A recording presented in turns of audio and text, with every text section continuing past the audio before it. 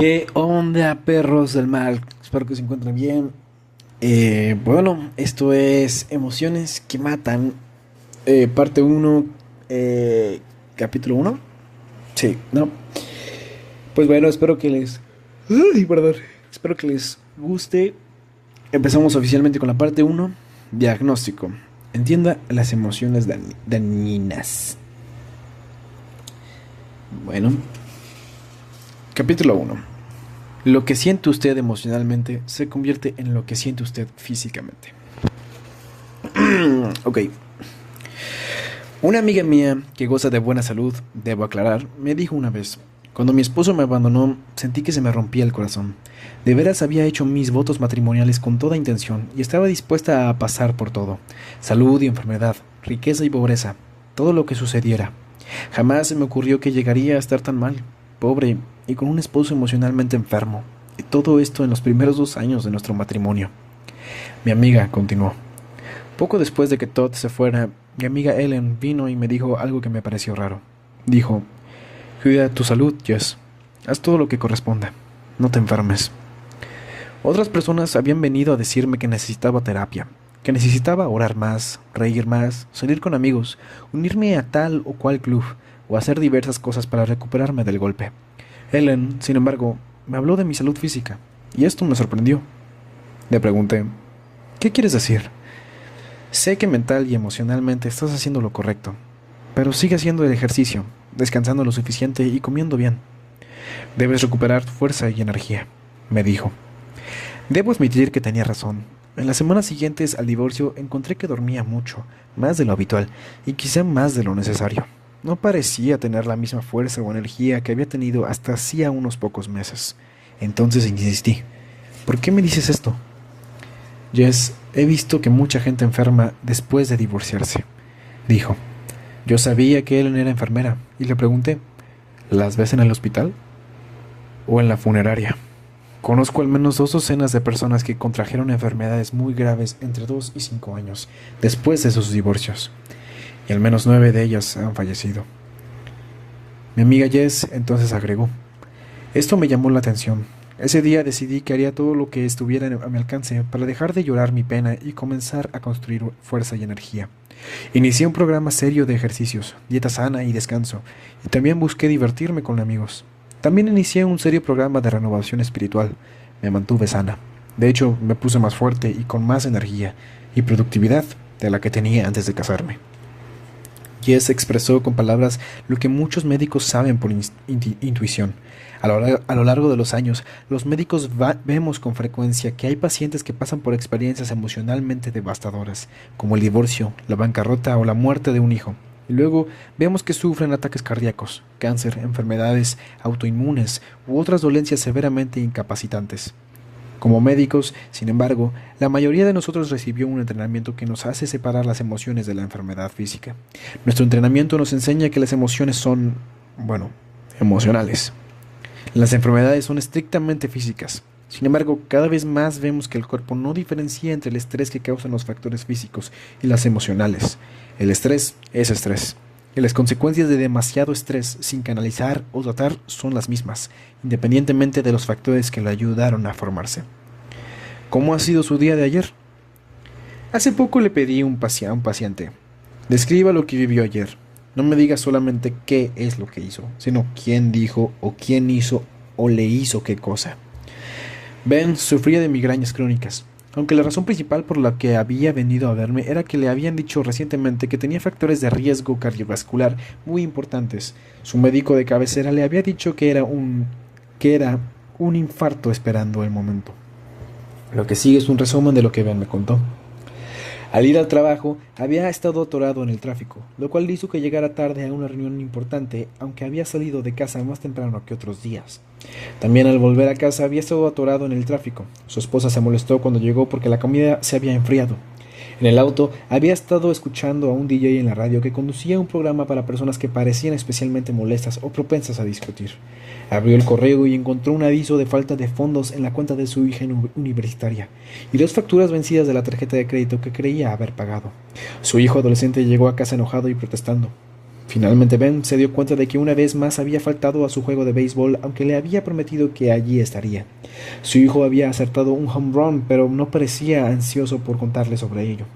Su hija de 10 años se negaba a hacer su tarea. Al levantar una pila de papeles que había sobre la mesa, Ben encontró que en 2 exámenes de ortografía había sacado muy bajas calificaciones.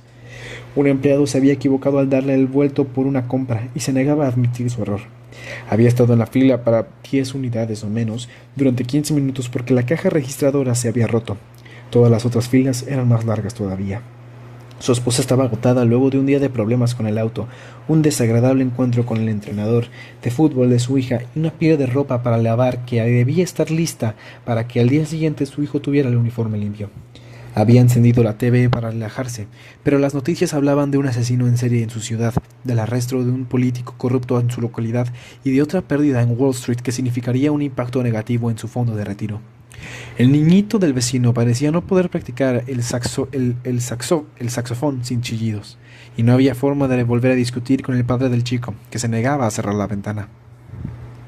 Cuando Ben terminó con su letanía del ayer, me di cuenta de que me sentía más tenso que cuando él había entrado en mi consultorio. Solamente podía imaginar cuánta tensión había acumulado en ese día. ¿Son así todos tus días?, pregunté. Sí, dijo. En realidad fue más fácil que otros días. Me pareció un día bastante bueno. ¿No te sientes agotado por la tensión?, pregunté. Oh, claro, respondió. ¿Pero no es así para todo el mundo? No para todos, dije. Sí, para casi todos.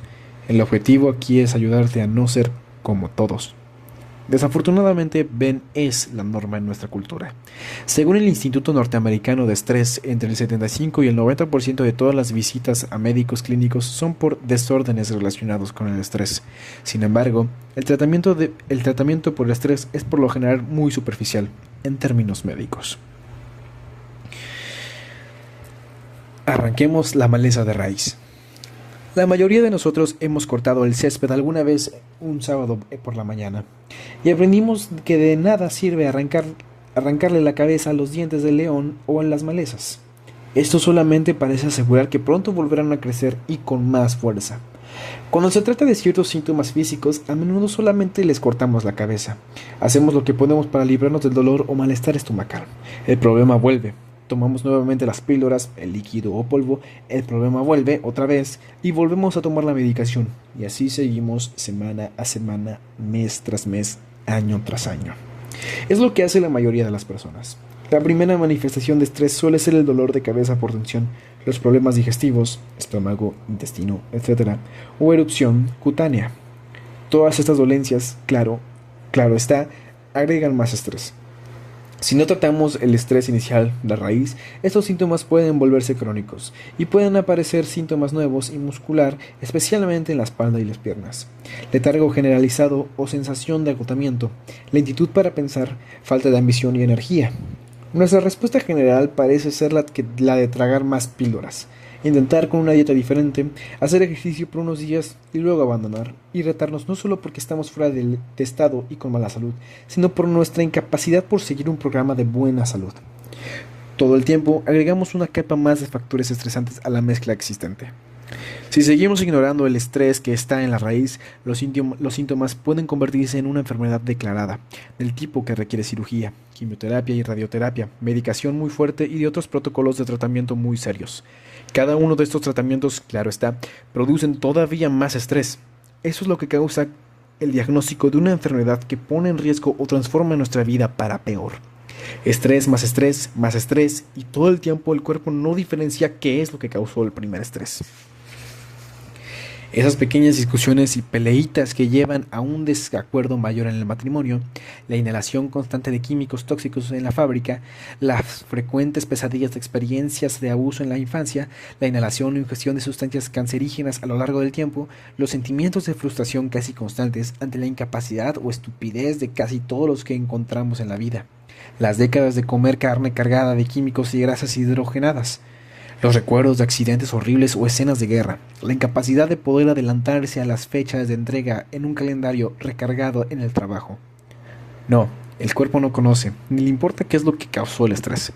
Lo único que sabe el cuerpo es sentir el estrés. El cuerpo no conoce ni le importa qué es lo que causa el estrés. Ok, eso es una nota. Estrés, estrés y más estrés. El estrés es la tensión, presión o angustia física o mental. Física o mental. Me gusta el giro que dan a esta definición los investigadores y autores Doug Schiller y Howard Martin. El estrés es la respuesta del cuerpo y la mente ante toda presión que rompa su equilibrio normal. Ocurre cuando nuestra percepción de los hechos no coincide con nuestras expectativas y no podemos manejar nuestra reacción ante la desilusión. El estrés, esa reacción no controlada, se expresa como resistencia, tensión, angustia o frustración, que rompe nuestro equilibrio fisiológico y psicológico y nos saca de sintonía. Si nuestro equilibrio queda roto durante mucho tiempo, el estrés es incapacitante. Nos vamos apagando emocionalmente a causa de la sobrecarga y eventualmente enfermamos. Las reacciones ante el estrés son los modos en que nuestros cuerpos procesan y liberan tanto las emociones como los elementos físicos negativos que vivimos a lo largo de la vida.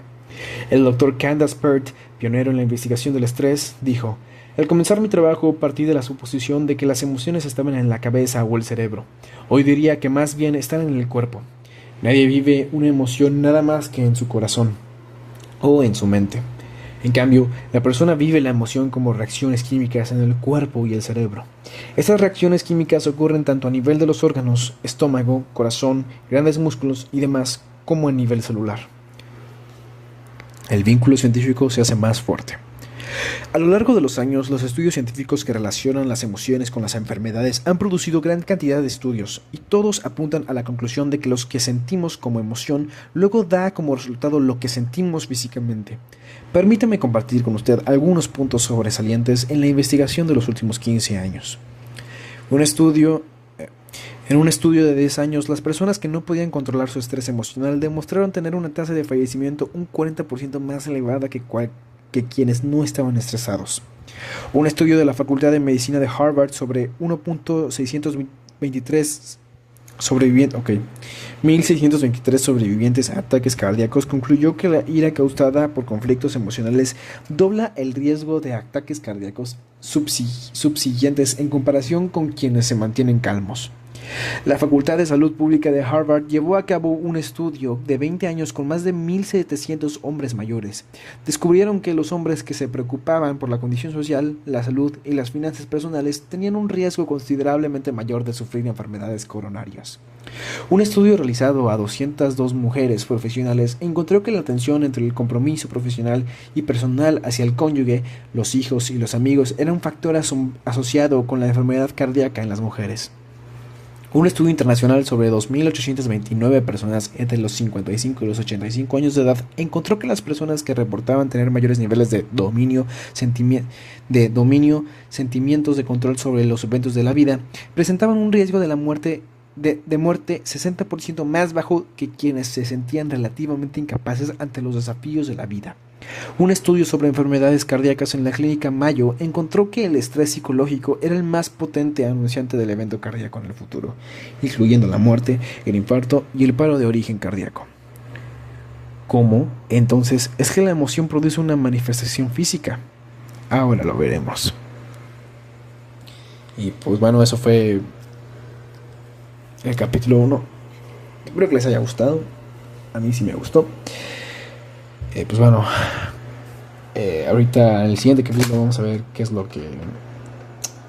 cómo es que el estrés afecta, ¿no? Nuestro cuerpo físicamente. Espero que les haya gustado. Pues bueno, nada, nos vemos en el siguiente capítulo y pues nada, chao, cuídense.